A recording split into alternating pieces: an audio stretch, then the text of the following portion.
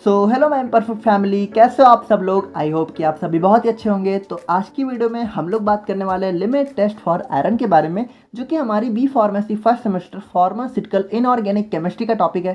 तो देखो यार, इससे पहले हम लोगों ने लिमिट टेस्ट की 3 वीडियो ऑलरेडी अपलोड कर रखी है। तो वो तीनों वीडियो अगर आप लोगों ने देख रखी है तो एक लिमिट टेस्ट का बेसिक आइडिया तो आप लोग को लग ही गया होगा।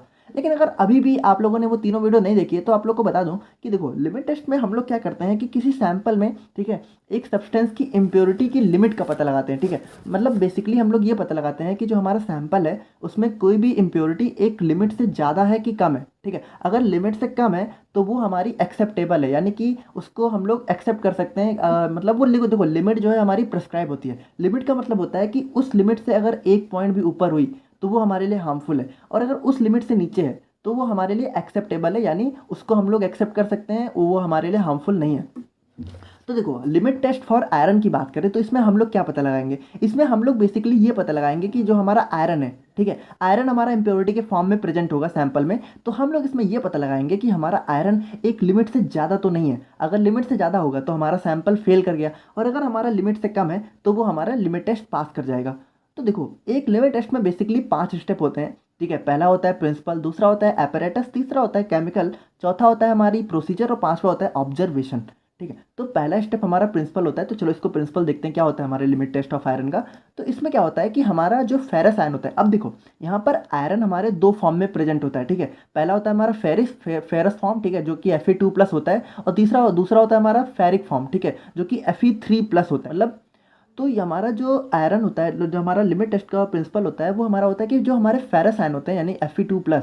ठीक है, अच्छा देखो, यहाँ पे क्या होता है कि कभी कभी यहाँ पर आपको Fe3+ फॉर्म भी दिखेगा। ठीक है, तो उसको हम लोग आगे देखेंगे कि जो हमारा Fe3+ फॉर्म होता है वो हमारा ये जो थायोग्लाइकोलिक एसिड होता है उसको Fe2+ में कन्वर्ट कर देता है। ठीक है, यही इसका रोल होता है, अभी हम लोग आगे देखेंगे। बट देखो, बेसिकली हमारा Fe2+ जो फेरस आयन होते हैं वो हमारे थायोग्लाइकोलिक एसिड, ठीक है, थायोग्लाइकोलिक एसिड ये हमारा ये होता है 2HCH2COOH। ठीक है, तो ये हमारा इससे रिएक्ट करते हैं, ठीक है, in the presence of citric acid and ammonia. ठीक है, तो हमारा ये सिट्रिक एसिड होता है, ठीक है, और अमोनिया, इन दोनों की प्रेजेंस में ये दोनों रिएक्ट करते हैं और हमारा फेरस थायोग्लाइकोलेट कॉम्प्लेक्स फॉर्म करते हैं। ठीक है, ये हमारा होता है Fe अंडर ब्रैकेट HCH2COO का होल ट्वाइस। ठीक है, ये हमारा होता है फेरस थायोग्लाइकोलेट कॉम्प्लेक्स। तो ये हमारा फॉर्म करते हैं। ठीक है, और यही हमारा देखो, अब देखो यहाँ पे क्या होता है कि अगर आप लोगों ने हमारे पिछले 2 लिमिट टेस्ट देख रखे हैं तो आप लोगों ने देखा होगा कि वहाँ पे वो दोनों हमारे टर्बिडिटी और ओपाइलेसेंस प्रोड्यूस करते थे। ठीक है, वो हमारी मतलब धुंधलापन प्रोड्यूस करते थे, जो हमारा मतलब ये जो भी रिजल्ट आता था वो हमारा धुंधलापन प्रोड्यूस करता था। लेकिन यहाँ पे बिल्कुल थोड़ा अलग है केस, यहाँ पे हमारा कलर प्रोड्यूस होगा। ठीक है, बातों को समझिए, यहाँ पे हमारा जो ये फेरस थायोग्लाइकोलेट कॉम्प्लेक्स है, ठीक है, ये हमारा pale pink to deep reddish purple colour में अपीयर होगा। मतलब कि जो हमारा हमारा जो लिमिट टेस्ट जो हम लोग करेंगे तो हमारा जो लास्ट में जो हमारी ऑब्जर्वेशन होगी तो उसमें हम लोग को पिंक कलर, ठीक है, अब पिंक से डीप रेडिश पर्पल, ठीक है, आप समझ रहे हैं ना कि हमारा डीप रेडिश मतलब कि जो हमारा बहुत ही डार्क रेड होता है। ठीक है, तो वो हमारा दिखेगा। अब देखो क्या होता है कि अच्छा देखो, यहाँ पर कई कई जगह ना इसको इस फॉर्म में भी लिखा होता है। ठीक है, अब देखो, इन दोनों में से आप लोग को जो सही लगे आप उस फॉर्म को लिख सकते हैं। यहाँ पे दोनों लिखने की ज़रूरत नहीं है, ये दोनों मैंने इसलिए बना दिए हैं क्योंकि कई जगह आप लोग को इस फॉर्म में भी लिखा हुआ दिखता है, तो आप लोग काफ़ी कंफ्यूज हो जाते हैं। तो कंफ्यूज होने की कोई बात नहीं है, दोनों फॉर्म एकदम सेम है। ठीक है, देखो इसको देखते हैं, इसमें क्या है। देखो इसमें क्या है कि हम लोगों ने इसमें डायरेक्ट लिख दिया, ठीक है, और यहाँ पर डायरेक्ट इसका हम लोगों ने होल ट्वाइस बना लिया। अब इसमें क्या है कि देखो, इसमें हम लोगों ने बेसिकली क्या किया है, इसमें हम लोगों ने देखो CH2HS, ठीक है, CH2SH और HS मतलब सेम ही है। ठीक है, तो हम लोगों ने क्या किया कि देखो 2 मोल हमारे HCH2COOH के, तो हम लोगों ने क्या किया कि 2 आगे लिख लिया, ठीक है, 2 मोल, और उसके बाद हम लोगों ने इसको थोड़ा सा ब्रेक कर लिया, ठीक है, बॉन्ड के फॉर्म में। तो हम लोगों ने क्या किया, CH2SH को ऐसे लिख लिया और उसके बाद बॉन्ड लगा के उसके बाद COOH को नीचे लिख लिया। अब देखो इसके हमारे पास 2 मोल है। ठीक है, तो हम लोगों ने क्या किया कि हम लोगों ने जब रिएक्ट किया, ठीक है, तो हम लोगों ने देखो बहुत ही सिंपल, इसमें कुछ हुआ नहीं है। ये हमारा देखो, ये हमारा सेम ऐसे उतर आया है। ठीक है, ये हमारा इस वाले में आप ध्यान से देखेंगे तो ये हमारा यही चीज़ सेम उतर आया है, बस यहाँ पे जो H है, ठीक है, वो हट गया है। अब हम लोगों ने क्या किया, यहाँ पे अगर आप दूसरा देखेंगे तो ये उसका उल्टा हो गया, यानी कि अब जो है COO ऊपर हो चला गया है और हमारा CH2SH नीचे आ गया है। देखो H यहाँ पे भी रिमूव हो गया, ये H यहाँ पे रिमूव हुआ। ठीक है, आप देख रहे हैं 2H+, ये हमारा यहाँ से रिमूव हो गया, और जो हमारा Fe है, ठीक है, Fe ये हमारा सेंटर पे आ गया। ठीक है, और उसके बाद ऐसे आप जो बॉन्ड बन गया वो आप देख रहे हैं, बहुत ही सिंपल स्ट्रक्चर है। ठीक है, बिल्कुल भी कंफ्यूज होने की ज़रूरत नहीं है। और बाकी देखो ये वाला आसान है, आप इसको लिख के आ सकते हैं, आपके नंबर बिल्कुल भी कटेंगे नहीं। अच्छा ठीक है, अब देखो हमारा जो लिमिट टेस्ट का जो दूसरा स्टेप होता है एपरेटस रिक्वायर्ड। तो देखो हमारे लिमिट टेस्ट को परफॉर्म करने के लिए कुछ एपरेटस रिक्वायर्ड होते हैं, यानी कि ये वो एपरेटस होते हैं जिसमें हम लोग लिमिट टेस्ट परफॉर्म करते हैं। तो पहला एपरेटस होता है हमारा नेस्लर सिलेंडर, ठीक है, यहाँ पर साइड में आप लोग को दिख रहा होगा। और दूसरा एपरेटस होता है हमारा ग्लास रॉड, और तीसरा एपरेटस होता है हमारा स्टैंड। तो देखो नेस्लर सिलेंडर हम लोग बेसिकली दो लेते हैं, ठीक है, पहला हमारे टेस्ट के लिए, दूसरा हमारे स्टैंडर्ड के लिए। और ग्लास रॉड से क्या करते हैं कि जो हमारा नेस्लर सिलेंडर होता है उसमें जो भी चीज़ें हम लोग मिक्स करते हैं उसको मिक्स करने के लिए, उसको मतलब अच्छे से हिलाने के लिए हम लोग ग्लास रॉड का यूज करते हैं। और तीसरा होता है हमारा स्टैंड, ठीक है। स्टैंड में क्या करते हैं कि जब हम लोगों ने अपना सब कुछ मिक्स कर लिया तो उसके बाद हम लोग जो अपने नेस्लर सिलेंडर होते हैं उसको स्टैंड पे रख देते हैं कुछ देर के लिए, ताकि वो अपनी ऑब्जर्वेशन दे सकें। अच्छा देखो तीसरा हमारा क्या होता है कि केमिकल रिक्वायर्ड, यानी कि जो हमारा लिमिट टेस्ट ऑफ आयरन है उसको परफॉर्म करने के लिए हमें कौन कौन से केमिकल की रिक्वायरमेंट होगी। तो पहला हमारा होता है स्टैंडर्ड आयरन सोल्यूशन, ठीक है। दूसरा होता है हमारा आयरन फ्री सिट्रिक एसिड। तीसरा होता है हमारा थायोग्लाइकोलिक एसिड। और चौथा होता है हमारा आयरन फ्री अमोनिया, ठीक है। अब देखो अमोनिया का यहाँ पे बहुत ही ज़्यादा इंपॉर्टेंट रोल है, अभी आप लोग को दिखा रहा हूँ, ठीक है। तो अब देखो हमारे ये भी जो भी हमारा लिमिट टेस्ट ऑफ आयरन है उसमें जो ये हमारी हम लोगों ने जो देखा ये सारे केमिकल, तो इनका रोल क्या है। तो देखो हमारा जो थायोग्लाइकोलिक एसिड है जिसके साथ हमारा फेरस रिएक्ट कर रहा था Fe2+, वो क्या करता है, वो बेसिकली हमारा जो फेरिक आयंस होते हैं उनको फेरस में कन्वर्ट कर देता है। अब देखो मैंने स्टार्टिंग में आप लोगों को बताया था कि कभी कभी फेरिक आयंस भी प्रेजेंट होते हैं, लेकिन हमारी रिएक्शन फेरस से ही होती है। तो ये हमारा जो थायोग्लाइकोलिक एसिड होता है ये हमारे फेरिक फॉर्म को फेरस में कन्वर्ट कर देता है, ठीक है, समझ गए ना आप।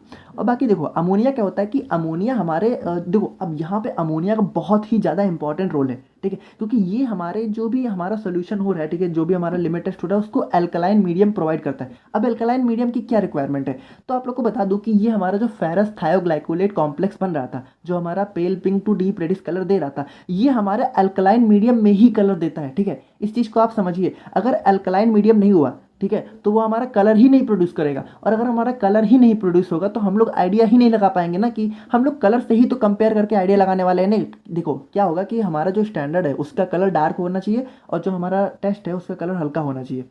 तो हम लोग कलर से ही आइडिया लगाने वाले हैं, तो उस कलर को प्रोड्यूस करने के लिए हमारा अल्कलाइन मीडियम बहुत ही ज़्यादा रिक्वायर है। तो उसके लिए हम लोग अमोनिया का यूज करते हैं। अब सिट्रिक एसिड का यूज क्यों किया जाता है, तो देखो सिट्रिक एसिड क्या करता है बेसिकली, ये हमारा जो आयरन है। अब देखो हम लोगों ने क्या किया है, देखो अमोनिया तो बहुत ही ज़्यादा रिक्वायरमेंट है, ठीक है, अमोनिया की तो रिक्वायरमेंट है क्योंकि हम लोग को अल्कलाइन मीडियम चाहिए। लेकिन अब क्या होता है कि आयरन जो होता है हमारा, ठीक है, तो वो हमारा अमोनिया के साथ प्रेसिपिटेट फॉर्म करने लग जाता है। तो उसको प्रिवेंट करने के लिए हम लोग सिट्रिक एसिड का यूज करते हैं। आई होप कि आप समझ गए होंगे। प्रेसिपिटेट मतलब कि वाइट पाउडर का फॉर्म होता है, ठीक है, आप लोग को अगर पता है तो बहुत अच्छी बात है। अब देखो हमारा लास्ट जो कि हमारा चौथे स्टेप पे आते हैं, जो कि हमारा प्रोसीजर है। देखो यार बहुत ही सिंपल है, अगर आप लोगों ने लिमिट टेस्ट हमारी पहले की वीडियो देख रखी है तो आप लोग को पता है सब सेम है, ठीक है। तो देखो क्या होता है प्रोसीजर में कि टेस्ट और स्टैंडर्ड में हमारा जो पहला स्टेप होता है सिर्फ वही अलग होता है, उसमें भी कुछ अलग नहीं होता। देखो टेस्ट में हम लोग जो है हमारा टेस्ट सोल्यूशन लेते हैं, ठीक है, सैंपल लेते हैं टेस्ट, ठीक है, जो जिसका हम लोग को टेस्ट करना है। और स्टैंडर्ड में हम लोग स्टैंडर्ड सैंपल लेते हैं, बस सिंपल सी बात है। तो देखो इसमें क्या है, इसमें हम लोग बेसिकली पहले लेंगे अपना हमारा जो सैंपल है, ठीक है, उसको लेंगे और उसके बाद क्या करेंगे, हम लोग इसको 20 ml वाटर से डाइल्यूट कर देंगे। अच्छा देखो यहाँ पर एक चीज़ समझने वाली है कि जो हमारा डाइल्यूट है उसमें हम लोग 20 ml वाटर नहीं ऐड करेंगे, हम 20 ml तक उसको डाइल्यूट करेंगे। अब देखो इसको मैंने बहुत ही बेसिकली आपको बहुत ही आसानी से समझाता हूँ, ठीक है। यहाँ पे देखो हम लोग का क्या है, हम लोग का यहाँ पे दो हमारे नेस्लर सिलेंडर हो गए। हम लोग दो नेस्लर सिलेंडर में पहले में हम लोग क्या करेंगे, पहले में हम लोग टेस्ट बनाएंगे और दूसरे में हम लोग स्टैंडर्ड बनाएंगे, ठीक है। तो अब देखो हम लोग को क्या क्या रिक्वायरमेंट है, तो हम लोग को रिक्वायरमेंट है वाटर की, ठीक है, सिट्रिक एसिड, थायोग्लाइकोलिक एसिड और अमोनिया, ठीक है।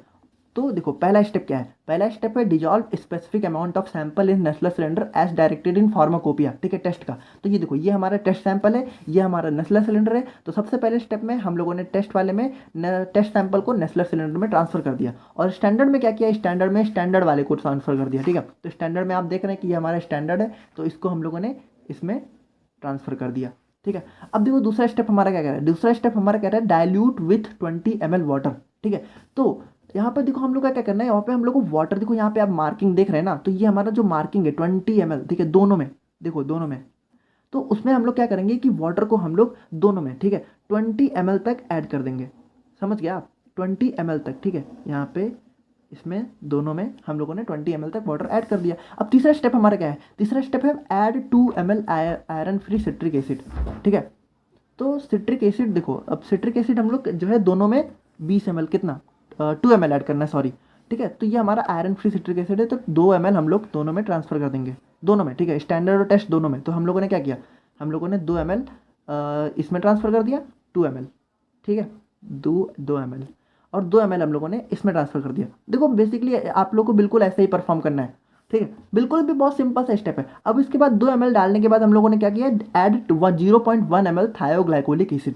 तो ये देखो, ये हमारा थायोग्लाइकोलिक एसिड है। अब देखो दोनों में सेम चीज़ें हैं, आप लोग इस चीज़ को नोटिस कीजिए कि पहला स्टेप ही अलग है, बाकी सारी चीज़ें एकदम सेम है, इसीलिए हम लोग दोनों में ऐड कर रहे हैं। तो इसके बाद हम लोग क्या किए, थायोग्लाइकोलिक एसिड को लिया, 0.1 ml हम लोगों ने इसमें ऐड कर दिया और 0.1 ml हम लोगों ने इसमें ऐड कर दिया। ठीक है, और उसके बाद क्या है, उसके बाद हमारा make solution alkaline with ammonia. ठीक है, तो हम लोगों ने जैसे बात की थी कि अल्कलाइन मीडियम बहुत ही ज़्यादा रिक्वायर्ड है, तो इसीलिए ये हम लोगों ने अमोनिया लिया। उसके बाद अमोनिया देखो यहाँ पे हम लोग जितनी रिक्वायर्ड है, जितना भी रिक्वायरमेंट है अल्कलाइन बनाने के लिए, उतना हम लोग ऐड कर देंगे दोनों में। ठीक है, तो इसमें हम लोगों ने स्टैंडर्ड में ऐड कर दिया और टेस्ट में भी ऐड कर दिया।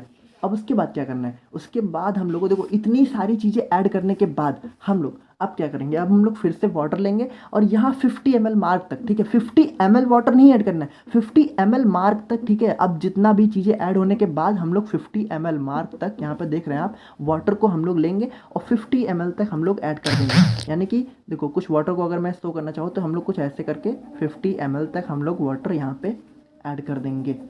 ओके, समझ गए ना आप। देखो यार, मैंने बहुत ही आसानी से समझाने की कोशिश की है आप लोगों को, आई नो, क्योंकि कुछ लोगों को लिमिट टेस्ट बहुत ही कॉम्प्लिकेटेड लगता है, तो यार देखो कुछ भी कॉम्प्लिकेटेड होता ही नहीं है। ठीक है, अब देखो ना यार कितना आसान है, तो आई होप कि आप समझ रहे होंगे यार।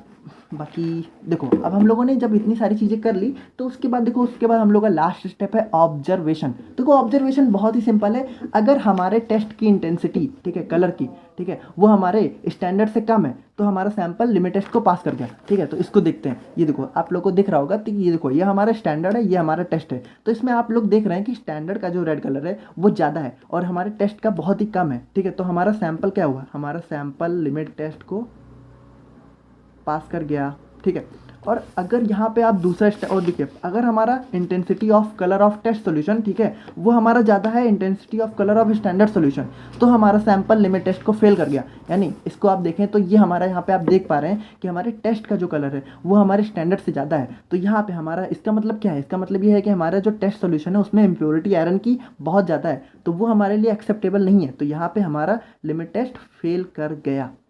ठीक है, तो यार देखो ऐसा ही बहुत ही बेसिक सा स्टेप होता है। तो आई होप कि आपको समझ में आ गया होगा। बाकी कोई डाउट है यार तो प्लीज़ कमेंट सेक्शन में आप पूछ लेना, और बाकी इसकी नोट्स आपको डिस्क्रिप्शन बॉक्स में मिल जाएगी। बाकी मिलते हैं नेक्स्ट वीडियो में। Thank you so much.